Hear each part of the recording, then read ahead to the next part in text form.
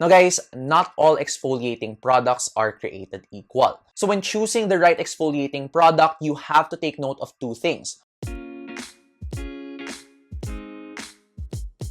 Hi everyone! Kamusta kayo? My name is Angelo. Welcome to my channel and mag-uusap na naman tayo about skincare, and skincare. So, make sure to keep watching. So, ang topic natin for this video is all about how to exfoliate the skin for beginners. So, sa video na to guys, we will go through all of the steps sa pag-exfoliate ng skin natin, how to choose the right exfoliating products, as well as kung gaano ba siya kadalas dapat na-apply, and other important information that you're supposed to know kapag nagsisimula kang mag-exfoliate. So, huwag na nating patagalin pa guys, let us begin. Alright, so in my opinion guys, one of the very important things to know and remember when it comes to exfoliation is hindi ito necessary requirement to have a legit skincare routine. More of parang add-on to guys to an already existing skincare routine. Which actually brings me to exfoliation step number 1.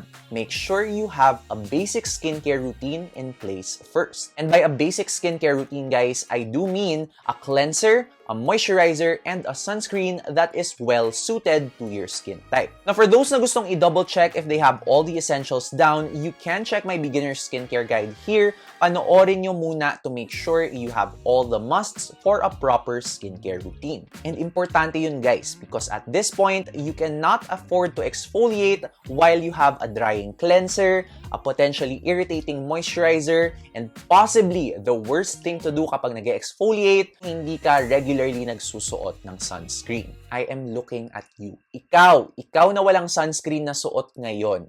So once you have a basic skincare routine down, guys, we move on to step number 2, know your skin type and skin concern. Na kung napanood nyo na yung beginner's guide to skincare video, you probably already have an idea kung ano yung skin type ninyo. So ang kailangan nyo na lang i-pinpoint is kung ano ba yung skin concern nyo. For example, is it clogged pores, blackheads and whiteheads, dull skin, or dark spots? I-list nyo yung top 1 na concern ninyo as in yung number 1 nyo na concern talaga. Now, this will help us determine kung ano yung kailangan nating i-address through exfoliation. So, for example, ako, I have acne-prone skin and my main concern is blackheads and whiteheads. Kasi, yun yung marami sa skin ko, yun yung eventually mamumula, magiging pimple, at nagiging dark spot kapag pagaling na siya. So, notice how marami akong concerns, guys. Aside from my blackheads and whiteheads, meron akong acne, meron akong dark spots, etc. etc. Pero yung number 1 concern ko, guys, is yung root cause, which is yung blackheads and whiteheads. Kasi kunyari, gusto ko nga i-address yung dark spots ko, pero tuloy-tuloy lang naman ako nakaka-blackheads and whiteheads na nagiging acne, edi parang naghahabol lang ako ng problema without actually addressing the root cause of the problem. So once you've found your main skin concern, it's time to move on to step 3.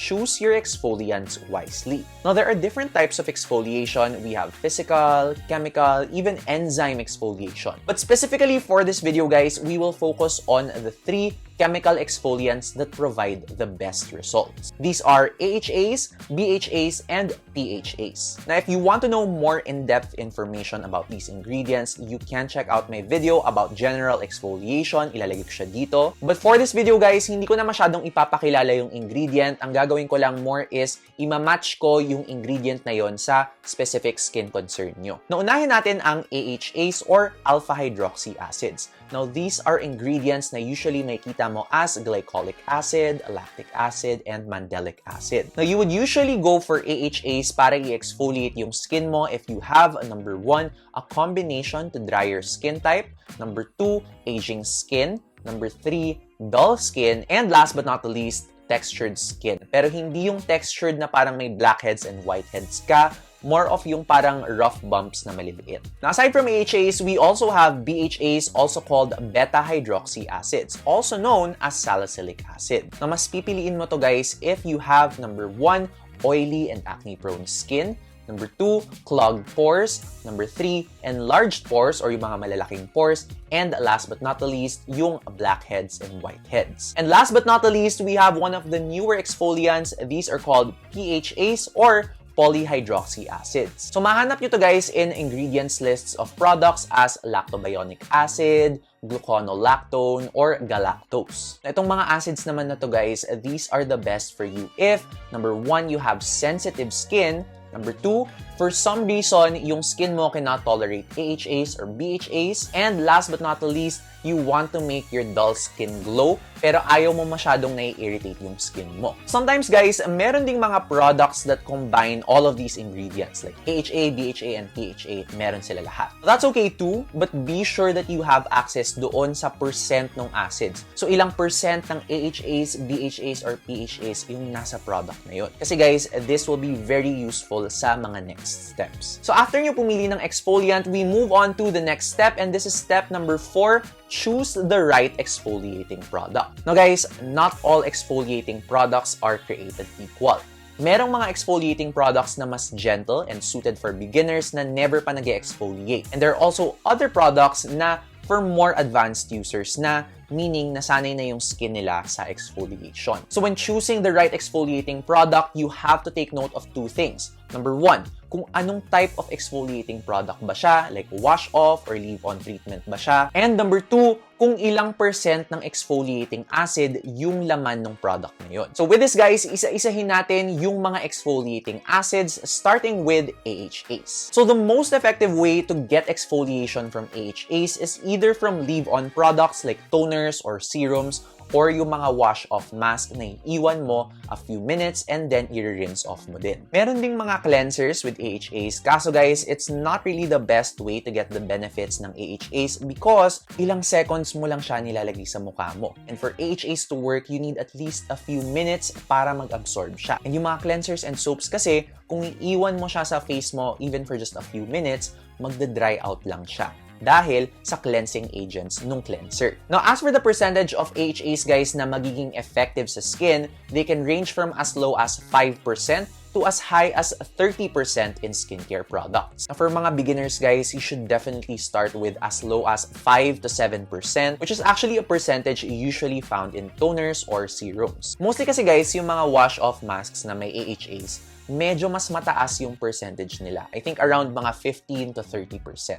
Just based on the products that I know. So kung beginner kayo guys, huwag niyo munang galawin yun. Now as for the different kinds of AHAs guys, yung most common na AHA na mahanap niyo sa skincare would be glycolic acid. Pero guys, yun din yung medyo mas malakas. Now for beginners guys, mas nire-recommend ko yung 5% lactic acid or even the gentler 5% mandelic acid or an AHA blend. So for example, nakalagay sa label 5% AHA siya, pero hati-hati yung concentration between different acids. An example of this is the Jumiso Yes I Am Toner, which has 5% AHA, but some of it is lactic and some of it is glycolic. Now guys, for exfoliating in general, it's very important to stay on the product for at least a few months or until maubos yung product bago ka mag-upgrade to a higher percentage. But remember guys, ang goal natin dito is not to go as high as possible. In fact, ang goal natin here guys is mahanap natin yung lowest percentage na magiging effective sa skin natin. Kasi guys, the higher percentage you go, the more it can potentially cause irritation and ayaw natin mangyari yun sa skin natin, guys. Now, moving on to the next kind of exfoliating acids, guys, we have BHAs or salicylic acid. Na yung mga percentages naman ng salicylic acid in products na may significant effects sa skin natin can range from as low as 0.5% to as high as 2%. And also, guys, for BHAs, medyo mas flexible tayo sa products because you can get different kinds of products at different percentages. Now, for beginners, as well as those na wala masyadong time to add an extra step sa routine nila, I highly recommend going for salicylic acid cleansers. Unang-una, sobrang daming local options for salicylic acid cleansers, plus hindi nyo pa siya kailangan isipin masyado. Akong iniisip ko lang, every morning ko siya ginagamit sa shower, alternate with a regular gentle cleanser. Tapos, kapag pinapahid ko siya sa face ko, I just leave it on for 60 seconds and then yun na, ibabanlaw ko na. And if what you use is as low as 0.5% to 1% na salicylic acid cleanser, you can even use it every day if you want. Pero kung kaya lang ng skin mo. But again, it's not necessary and hindi mo siya kailangan pilitin. Now for recommendations guys, I did make an entire video about the best BHA face washes or cleansers that you can get at different percentages. Do watch that video if you want to see my top pick. On the other hand, we also have BHA wash-off masks, which is also very beginner-friendly. And we also have leave-on products like BHA toners and BHA serums. So for leave-on products, guys, medyo mas makukuha mo yung exfoliating effects ng BHA, pero it has the higher chance of irritating your skin. So, you have to be careful. And kapag leave-on products, guys, parang AHAs lang, you should only do this around 2 to 3 times a week. Last but not the least, we also have PHAs. Ito, guys, very easy to use. Ito yung pinakamadali. Kasi nga, guys, they're the most suited for sensitive skin types. Now, for PHAs, guys, you should look for them in mga leave-on products. Parang mga AHAs lang. So, no cleansers. So, again, you won't get the full benefit of PHA kapag nasa cleanser siya. So, in the market, guys, mostly merong mga PHA mists, PHA toners, PHA serums, even mga sleeping masks and moisturizers that have PHAs in them. Na yung mga yun, guys, ideally, gentle enough naman sila para gamitin every day. Of course, you should still monitor closely kung may irritate yung skin ninyo, but generally, they're so much gentler compared to AHAs and BHAs. So now na napili mo na yung tamang product for you, it's now time to move on to our final step. That is step number 5, incorporate the exfoliant properly into your skincare routine. Sabi ko nga kanina, guys, the goal when incorporating these products is to avoid as much irritation as possible. So I'm reminding you guys again to start very slow. Start muna kayo mga once a week and then up nyo to around 2 times a week and then 3 times a week. Also, guys, part of incorporating these products properly is also knowing yung mga products na hindi dapat sinasabay with exfoliating products. Actually, may entire video ulit ako on actives na hindi dapat sinasabay sa mga exfoliating ingredients. You can check it out here. But generally, guys, for exfoliating products, you should avoid using it in the same routine as vitamin C serums, retinol serums, and your dermatologist prescribed medications like tretinoin or adapalene. Unless, of course, mag-go signal yung dermatologist sa inyo. Now, the reason, guys, is because pag pinagsabay-sabay niyo yung mga products na to, it can actually cause a lot of irritation. Which, again, ayaw natin mangyari yun, guys. Na kung meron kayong current na ginagamit na vitamin C serum or retinol serum or mga medications, better to put them sa ibang araw or sa ibang part ng day. For example, ako, gumagamit ako ng salicylic acid product sa umaga and then sa gabi ko gagamitin yung retinol ko. Another idea na pwedeng gawin is to alternate between days. So for example, Monday, Wednesday, Friday, ang ginagamit ko is salicylic acid sa umaga, pero kapag Tuesday, Thursday, ang ginagamit ko is vitamin C. So whichever way you want, guys, but bottom line is basta wag nyo silang ipagsabay-sabay at i-layer-layer sa isang routine to lessen the chance of irritation on your skin. And speaking of layering products, guys, as for the order kung saan nyo sila dapat ilagay sa skin ninyo, I do have another in-depth video on the correct order of skincare products. So again, you can check that out here. But a very basic rule of thumb is, if wash-off product siya, like a cleanser, obviously, ito dapat yung mauna. Just like a regular cleanser. Na kung wash-off mask ito, usually ginagamit siya after the cleanser, and then, after mo banlawin yung mga masks, then you can proceed to the serums. On the other hand, if leave-on product siya, like a serum or a toner, it should generally go first before any serums or moisturizers. But just generally, guys, just generally, if your dermatologist prescribed you another order para ilagay yung products mo, then by all means, please follow your dermatologist. So if you follow those 5 steps, guys, exfoliating should be more or less a smooth experience for you. Remember lang lagi, guys, always be conservative sa paggamit ng exfoliating product. Don't use it too much and don't use it too often. Ala-alalay lang sa paggamit, guys, and you should be okay. Now, if you do have experience on exfoliating, do let me know in the comments below. Dun tayo magchikahan. Also, if you found this video informative, please do leave me a thumbs up and subscribe for more videos like this. And as always, guys, I will see you in the next video. Bye!